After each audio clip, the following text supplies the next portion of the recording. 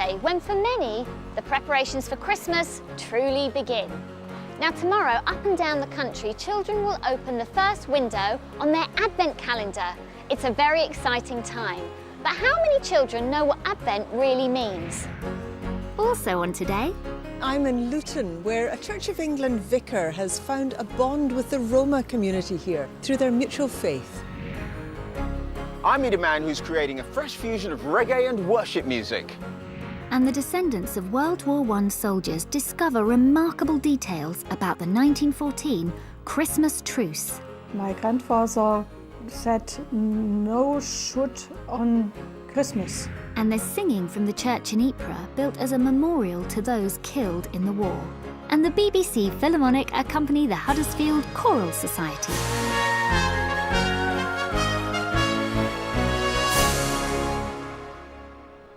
Today is also a special day for Scots everywhere, as it's St Andrew's Day. So let's begin at Paisley Abbey with a hymn written by John Bell, sung to a traditional Scottish melody.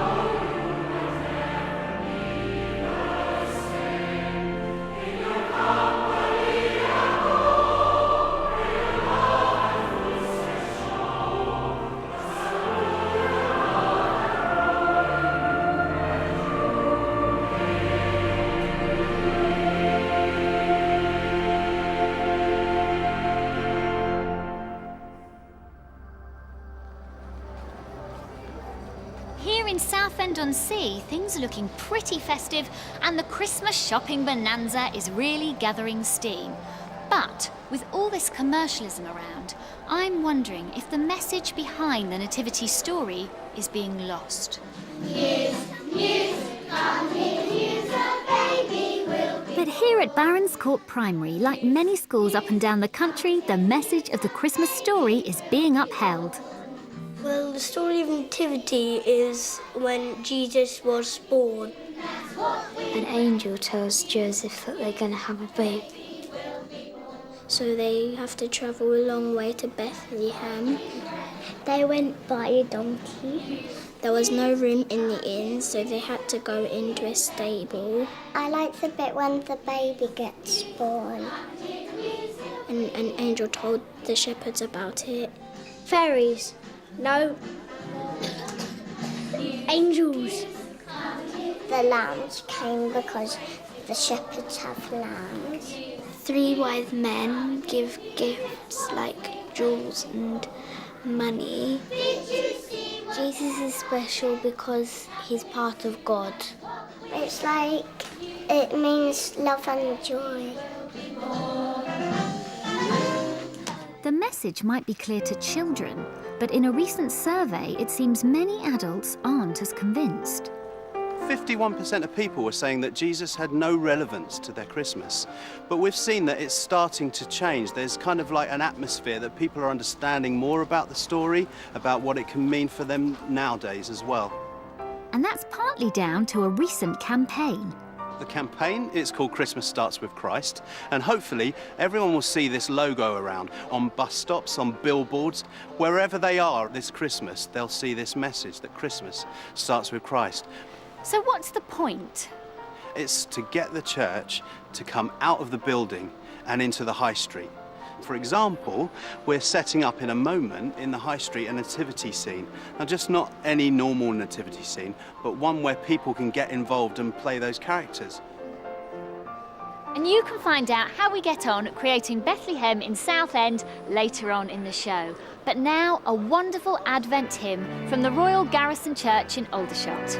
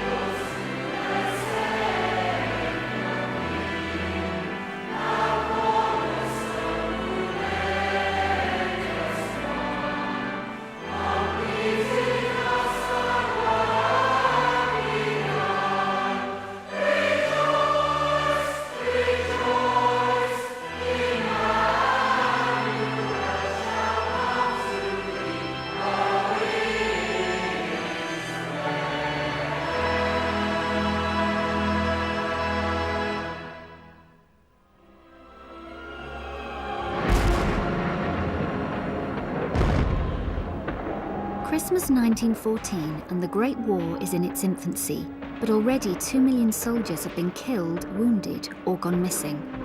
Yet exactly 100 Christmases ago, the most extraordinary acts of peace and goodwill broke out across the Western Front. I have ordered my people that no shot is to be fired by our side today, Christmas Eve, and on Christmas Day if it can be avoided. On both sides, some men kept diaries which reveal how the truce unfolded. The German shouts to wish us Merry Christmas and tells us they are not going to fire tonight, nor tomorrow if we don't. Over the next 3 weeks, we're taking the relatives of 2 servicemen who kept diaries of the truce, one British, one German, back to Ypres in Belgium, where peace suddenly broke out.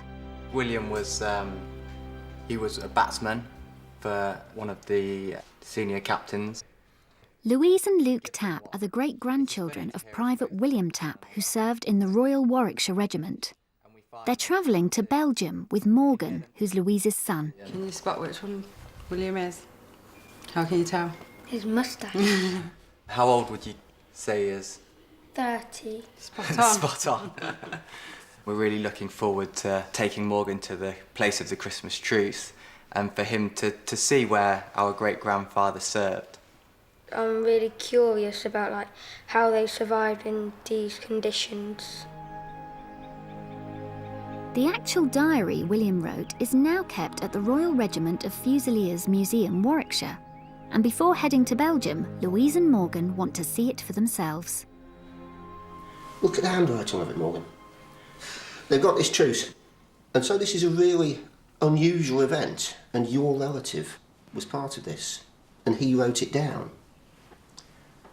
It's amazing to just be sat in front of this diary. It's just to know that it's survived 100 years. It does make me feel closer to him. Our stretcher bearers are going around carol singing. They sing several in our trench before going. The Germans give them a cheer for singing. It doesn't seem right to be killing each other at Christmas time. Meanwhile, just 100 yards away across the trenches, Lieutenant Kurt Zemisch was writing a diary. After a few words about the birth of Christ and the Holy Night, he sings a carol, Silent Night, Holy Night. Die schon ganz eingetrocknet worden. Kurt Zemisch was one of the main instigators of the entire truce. But his son and granddaughter, Rudolf and Anna Rose, had no idea until they discovered his diary in an attic in East Germany just 15 years ago. We didn't know that this is the diaries of the First World War because it is written in shorthand. After we translate this shorthand, we know that it's the Christmas truce in 1940. For me, it was very important to read that my grandfather said no shoot on Christmas. Now Anna Rose is making the trip to Belgium to see where it all took place and to meet the Tapp family, who are also making the pilgrimage to Ypres. We're really looking forward to meeting Anna Rose. I think it'll be a really special occasion. You know, fate brought them together 100 years ago, and then the same thing's happening with us to meet Anna Rose. It will be very interesting for me to meet another families that have the same information about the Christmas truce. Next week, we'll follow both families' arrival in Ypres and learn more about what their relatives did a century ago.